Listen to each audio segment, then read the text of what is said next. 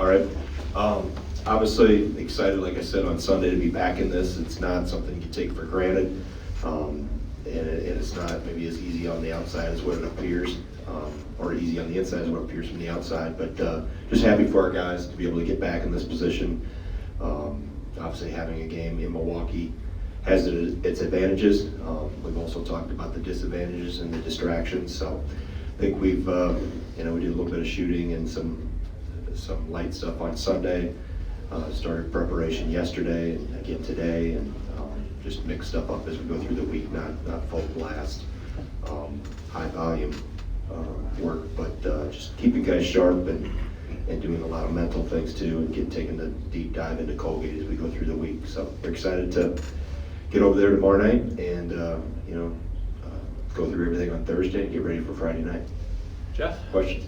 Craig, I'm not sure how much you guys have dived into Colgate yet, but as you watch them, the way they move the ball, share the ball, and get three-point looks that they're comfortable taking, Right. What jumps out about what you need to do to try to disrupt them?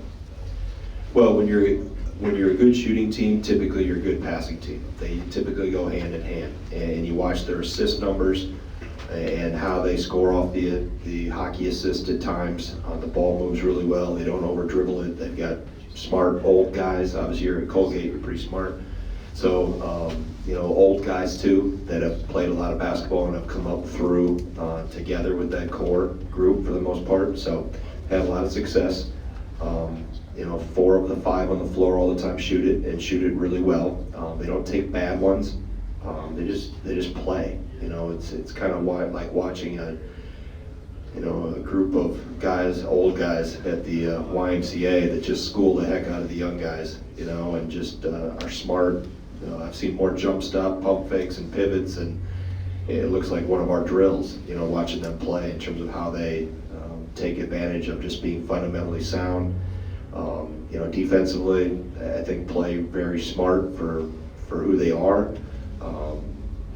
And like I said, they just a lot of good players, but the combination of all them together and how that ball moves and pops, and like I said, they play through the post, through both Woodward and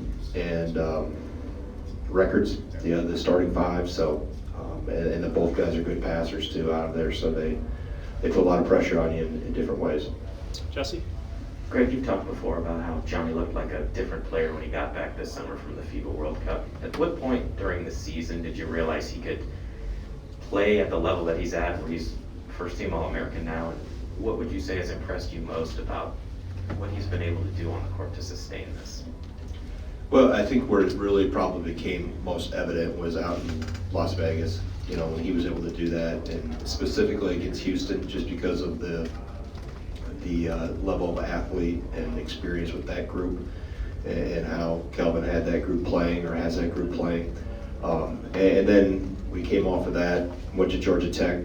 I thought he really did some great things, even defensively, how he controlled, forget the guy's name, but their best player. I thought he did some good things, that made big plays down at the end of the game, and you just saw him make game-winning plays. Obviously, we've seen him take over games and close games out for us. And but you wonder then, when we come out of Las Vegas, can he sustain it? Will it be a blip? Will he bottom out? Will he average it or level off? And he really never has. He's shown up when we've needed him to show up when the stage has been the biggest so far through conference play. So and I've said all along, his number one skill is his competitiveness. So it's not surprising that when the chips are down, he rises to the occasion and wants to be a part of having hands-on being successful. Evan? Coach, I know you've been through this with a lot of post players before, but some teams have kind of just decided they're not going to let Tyler play one-on-one in the post anymore. We've already seen he can score over 7-4 if needed, but what do you have to try and teach him here for this NCAA tournament run to maybe be effective against those hard double teams and be cognizant of where all 5 defenders are rather than just the guy playing behind him? Yeah, I think it's even more so than him. It's everybody else, and be able to move the ball. I thought, Friday against Michigan State, the ball stuck too much, over dribbled. We didn't change sides of the floor. We broke things off when we didn't need to. too early in possessions. So I think the biggest thing is making sure the ball moves, and that will help everybody. And then we can get him in more positions where it's harder to double, it's harder to help. But if we don't change sides of the floor and we have to play 3 versus 5, it's easy to squeeze and it's easy to, against good defensive teams, you got to make a move. You got to change sides of the floor, you got to lift them, you got to spread them out, and then attack. And so hopefully, collectively, we are better at moving the ball and not, over dribbling or breaking things off and trying to make plays too soon in possession when we don't have an advantage, or we were trying to split gaps and create something out of nothing. So hopefully, we got to continue to play through him and touch him. There's no doubt. I mean, he's definitely a very effective player, and he's a really good passer too. Like his feel for the game. But I know Colgate, watching them play, they'll squeeze the floor. They're defensively well prepared and well coached. They don't give up easy buckets, so that'll be better than what their defense is. Abby? Greg, it feels like since the Michigan game, there's been a bigger impact from your bench players on the court. Their stat line doesn't show it, and obviously it's hard to get on stats coming from the bench. But what does a successful game for your bench players look like to you? Well, it's always things that, if they show up in stat sheets, great. Jordan Davis, I thought, did some good things that jumped out at Minnesota, and scored there. But there's also things that I talk about that you can impact and help your team without necessarily scoring, whether it's rebounding, whether it's, hustle plays, 50-50 battles, those type of things. So I don't want to label it as one thing, that it has to be, scoring or rebounding or, be good at as much as you can be good at and try to help us in ways. Obviously, operating without Lauren has been a little more challenging here, just because of taking one of our backup point guards out of the equation. So it's shifted some of those responsibilities to others, which has put more on their plate. So we're trying to find better ways to balance some of that too, and disperse some of that. So any way that guys, and it's different combinations. At times we'll play a little bigger. At times we have to play smaller. But whatever they can do, if they can, the biggest thing is just try to defend and rebound. Those are the biggest things. Take care of the ball. And as I mentioned before with Evan's question, in terms of moving the ball, dispersing it, making sure it doesn't stick, do your part for that. And if you have an opportunity to score, do it. Ben on the left? Greg, for the most part, have you had the 3-point shots your team has taken over the last couple games graded out well in your eyes? And what more can you do to help them be put in good positions over this tournament run to have a good look at the 3-point shots? Yeah, I thought, Fridays weren't as good as we needed to be, but that was shot selection in general, specifically in the first half, that we forced a lot of things unnecessarily. So it's, again, goes back to Evan's question of making sure the ball moves, making sure we're changing sides of the floor, we're getting teams in closeout situations, playing through the post. We missed a lot of cutters that were open on Friday where we could have touched the paint more, specifically early in the game. So that sets up everything else. If you can play inside out and move the ball, and as I mentioned, talking about Colgate, if you pass it well, you typically shoot it well. Or shoot it better. So that's the key, is to make sure we're playing through the paint, trying to get to the foul line, and moving the ball, via the pass more so than extra dribbles. Jesse in the middle? Greg, I hope you don't mind me asking this question, but before the season, people outside the program wonder whether what happened last year, the way it ended, and the recording would have any type of impact on the program moving forward. It obviously hasn't. What gave you the belief that it wouldn't, and what would you say you learned from that experience that's allowed you to be the coach that you've been for the team this season? Well, actually, Jesse, I think it has. You said it hasn't had an impact. I think it has. I think it's made us better. I think it's made us tighter.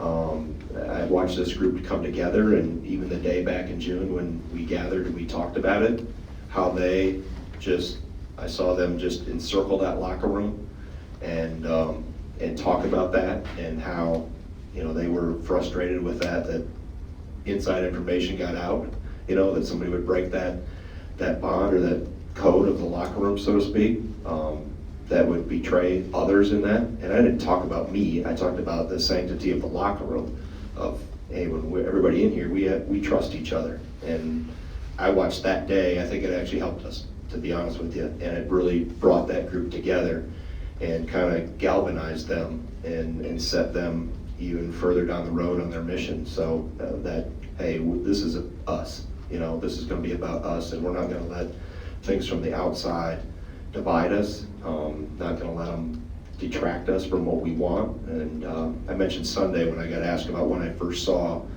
this group start. I walked in the weight room in April after we came back from the NCAA tournament, and just watching Tyler and listening to Tyler and talking to Tyler. And you know what? We've got an older guy here that has the right things in mind and has the right plan and wants to bring these guys together. And then as pieces added through the spring and the summer and when everybody got here, it just kept picking up steam. I think it picked up momentum as we went through the summer. And like I said, the biggest thing is that they're together. And we've talked about that, since the day I took over. It was always about together. Everything's together. And we may fail, we may not have success, but we're going to help each other through it. And if we have success, it's about us. And that's one of the first things you learn in coaching is that it's not about you. It's not about me. It's about them and trying to help them, and through good times and bad. It's not always going to be, championships. And steal one from Elmo. Where was it? Sunshine and balloons. Seashells and balloons. There you go. The older guy. I actually saw him coach. He was on TV by the time I knew that guy on the ground was. Seashells and balloons. Yeah. It's not always, sunny and 75 every day. That's what I say. So you help guys through that. And I think, like I said, get back to the point of your question, Jesse. It really, I saw it help us.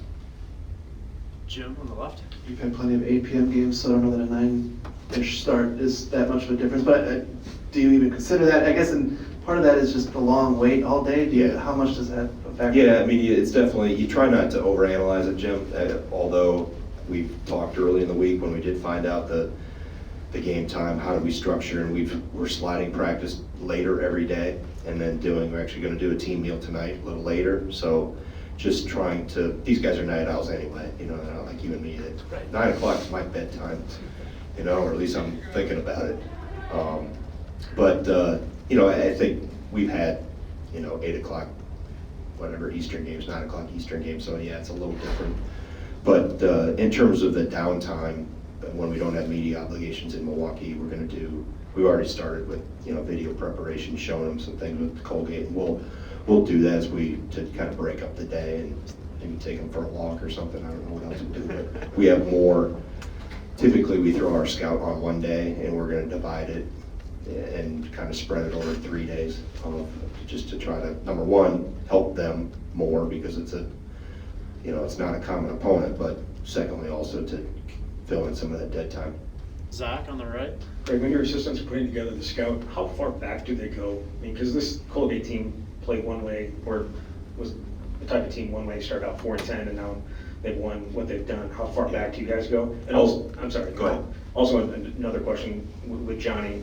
I know you said you're not going to be doing high level stuff and like a lot of, full speed stuff, but how do you bring him along with his ankle, and is he participating on a regular basis like normal? Yeah, he's in everything. He was in everything today. And what I mean by high volume, I'll do some tomorrow, and we'll do some Thursday, but I'm not gonna put him in pads 4 days this week, so to speak. We're not gonna reinvent the wheel at this time. We're gonna have to be sharp and fresh, and but at the same time, game ready for game speed. So we did some yesterday. I backed off the contact today. We'll do some tomorrow and then some Thursday. And then in terms of your scout question, we can go back. I've got all the way back to the beginning. We can get every game. So in that stretch though too, I believe, they were missing some guys during that stretch, whether it was a COVID thing or injury. I know Nelly didn't play, Cummings didn't play in a couple games. He didn't play at NC State. I watched that game last night, and so I know there was a stretch there early in the year, or through that part where didn't have everybody.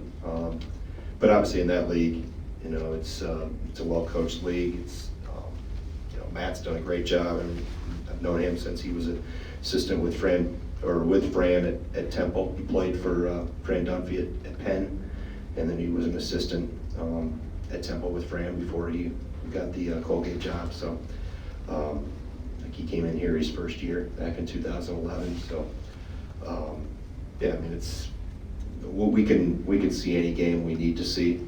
Obviously, style of play differs from opponent to opponent. We don't play like NC State. We don't press and do some of that stuff, and different than Pittsburgh, and then you look through their league too and pick up different opponents. If not watched, probably by Friday night, I'll probably have watched almost every game or parts of every game. Jeff on the left. Great kind of follow up on their 3-point shooting. You guys have done a good job for the most part this year running guys off the line, or at least not letting them get comfortable from three. What factors have allowed you guys to do that defensively this year in your mind?